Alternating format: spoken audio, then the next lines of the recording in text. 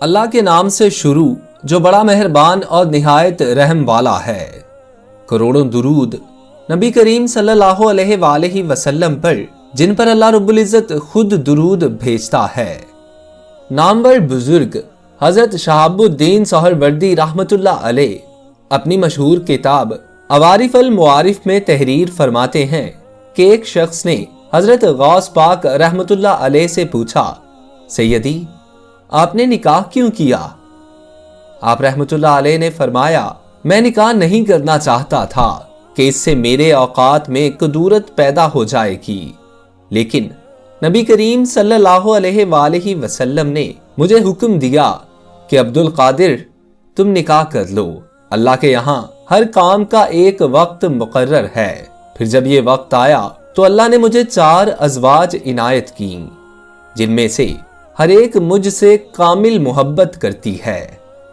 تمام مورخین اس بات پر متفق ہیں کہ حضرت عبد القادر جیلانی رحمت اللہ علیہ اپنے گھر کا سودا سلف خریدنے بذات خود بازار جاتے، سفر میں ہوتے تو منزل پر پہنچ کر آٹا گوندتے، روٹیاں پکاتے اور اپنے ساتھیوں میں تقسیم فرماتے۔ جب آپ رحمت اللہ علیہ کی زوجہ محترمہ علیل ہوتی تو خانہ داری سے متعلق تمام امور سر انجام دیتے، گھر صاف کرتے، روٹی پکاتے اور بچوں کو اپنے ہاتھ سے کھلاتے۔ ایک مرتبہ آپ رحمت اللہ علیہ کسی کام سے بازار جا رہے تھے کہ ایک گلی سے گزر ہوا جہاں بچے کھیل رہے تھے۔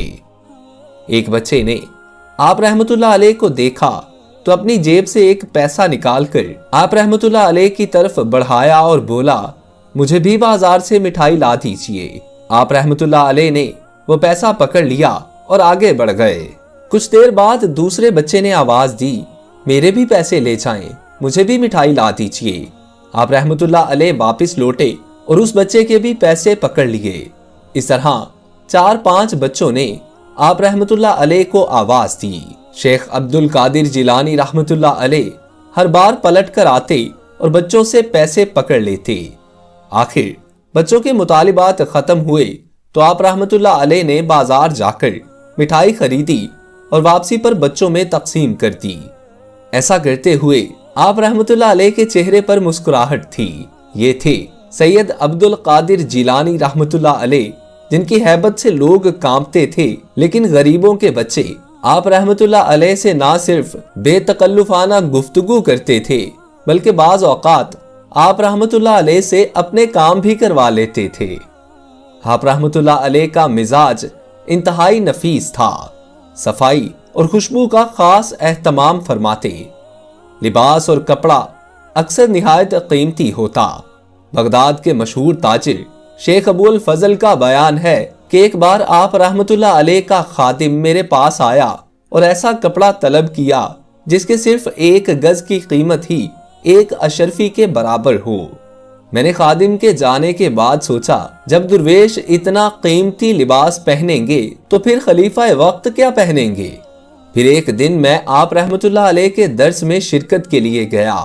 درس کے اختتام پر آپ رحمت اللہ علیہ میری طرف متوجہ ہوئے اور فرمایا، ابو الفضل، خدا کی عزت و جلال کی قسم، جب تک میرا معبود حکم نہیں دیتا میں کوئی قیمتی کپڑا نہیں پہنتا۔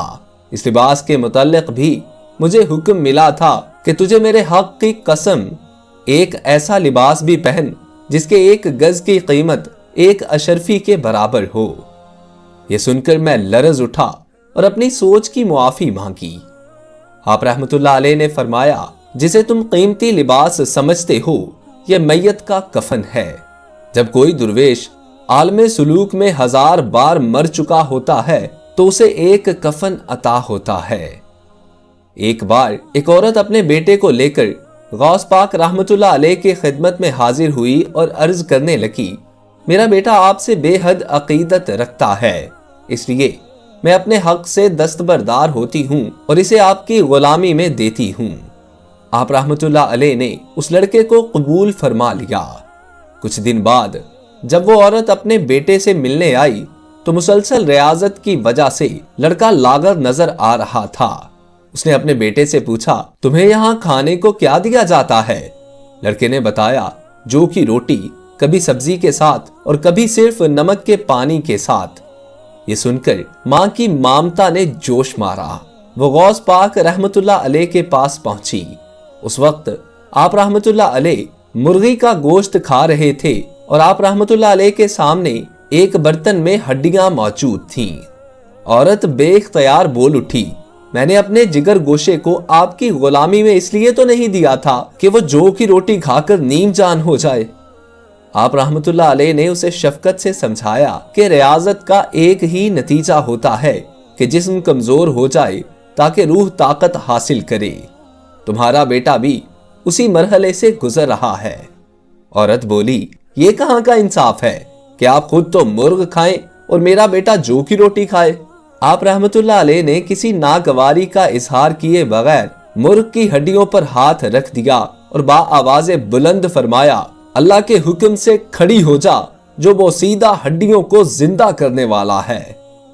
جیسے ہی آپ رحمت اللہ علیہ کی زبان سے یہ الفاظ ادا ہوئے، مرغ زندہ ہو کر بولنے لگا۔ آپ رحمت اللہ علیہ نے عورت کو مخاطب کر کے فرمایا، جب تیرا بیٹا اس قابل ہو جائے تو اسے اجازت ہے جو چاہے کھائے۔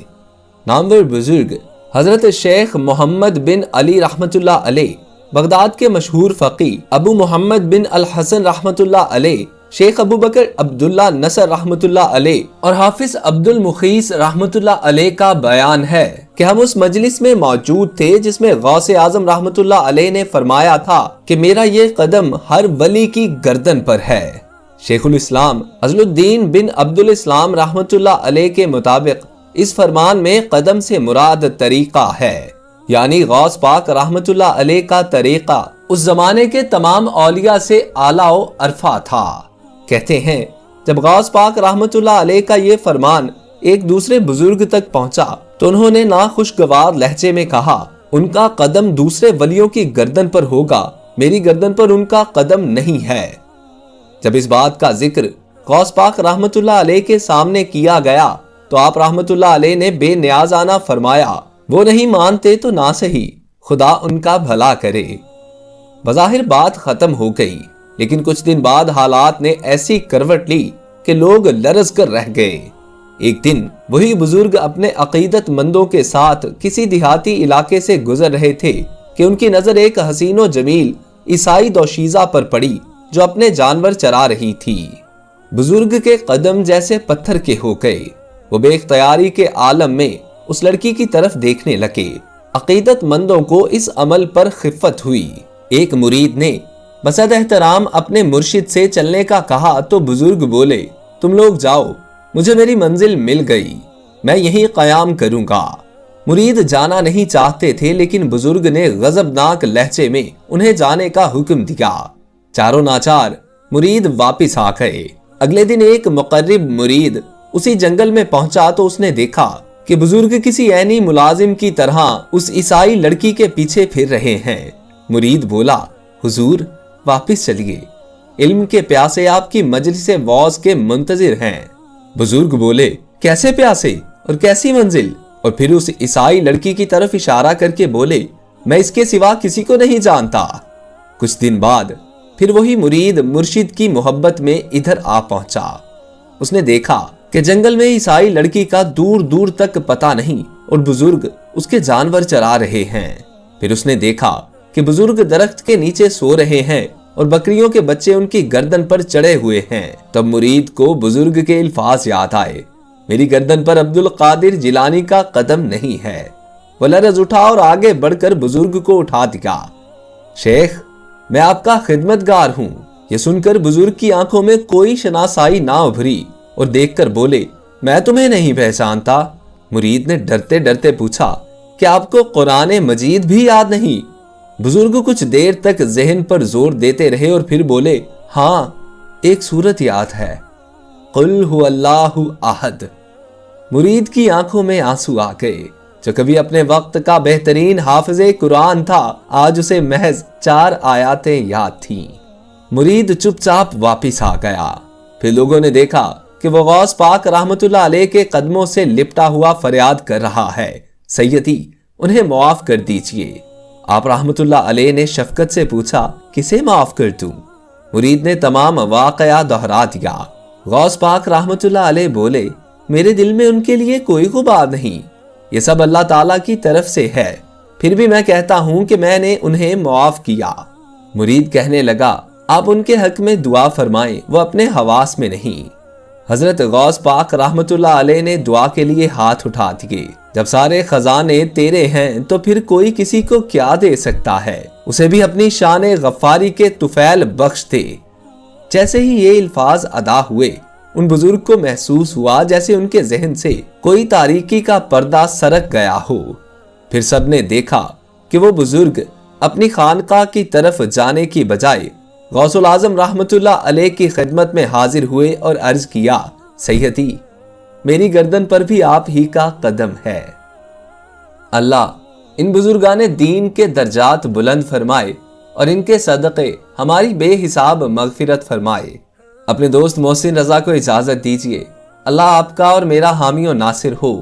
اللہ نگہبان۔